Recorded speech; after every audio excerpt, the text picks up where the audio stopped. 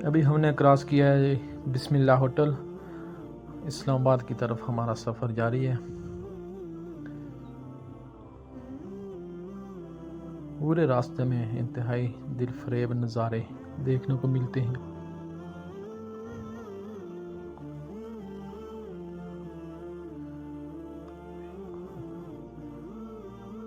بسم اللہ ہوٹل سے تھوڑا آگے جائیں گے تو یہ ایک چشمہ ہے، یہاں ہر وقت آپ کو کوئی نہ کوئی گاڑی کھڑی نظر آئے گی، دو رہے ہوتے ہیں اکثر۔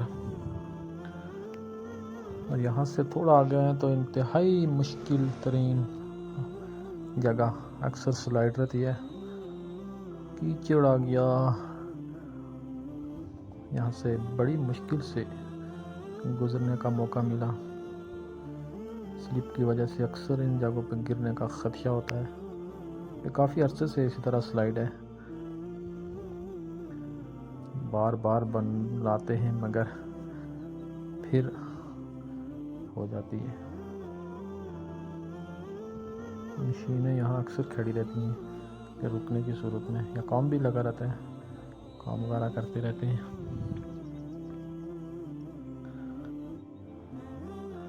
یہ وزن چیک کرنے والا یہاں کانٹا لگا ہوا ہے، گاڑیوں کا، ٹرکوں وغیرہ کا وزن چیک کیا جاتا ہے کہ اوور لوڈ تو نہیں۔ اس کے ساتھ یہ ایک ہوٹل بھی ہے، یہاں بھی آپ ریفریشمنٹ کر سکتے ہیں۔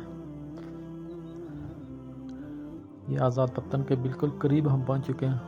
وہ سامنے آزاد پتن کی مل آپ کو نظر آ رہی ہوگی، آٹا مل، اور وہ سامنے دیکھیں آپ، یہاں سے مظفر آباد 105-71 کلومیٹر رہ گیا جی راولپنڈی۔ یہ جو روڈ رہتی ہے یہ شاہراہ کشمیر سے مظفر آباد کی طرف، یہاں سے 105 کلومیٹر مظفر آباد کا سفر ہے۔ وہ سامنے آپ دیکھیں آٹا مل، یہاں سے آٹا جاتا ہے راولہ کوٹ، پلندری، مانگتھوراڑ کی طرف، تراڑ خیل کی طرف۔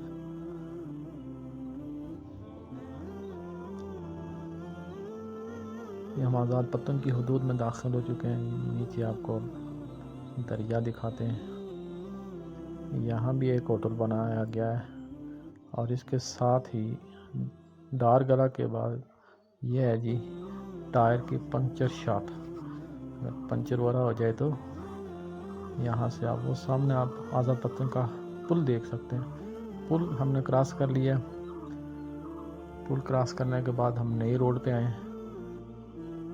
آج کل نئی روڈ اکثر آگے کام کی وجہ سے بند ہو جاتی ہے۔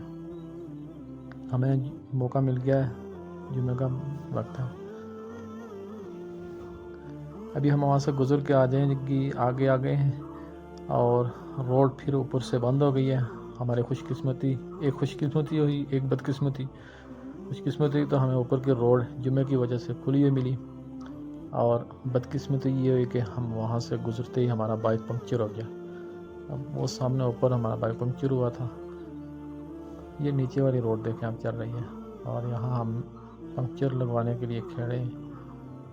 یہ نیچے والی اب روڈ تو چل رہی ہے، انتہائی گرد آلود روڈ ہو جاتی ہے۔ یہ ہمارے بائک کو پنکچر لگ رہا ہے جی۔ یہ آزاد پتن کے بالکل پاس دریا آپ دیکھیں، شاید اوپر بارشوں کی وجہ سے گدلا پانی، کافی اوپر ہے دریا۔ یہ آزاد پتن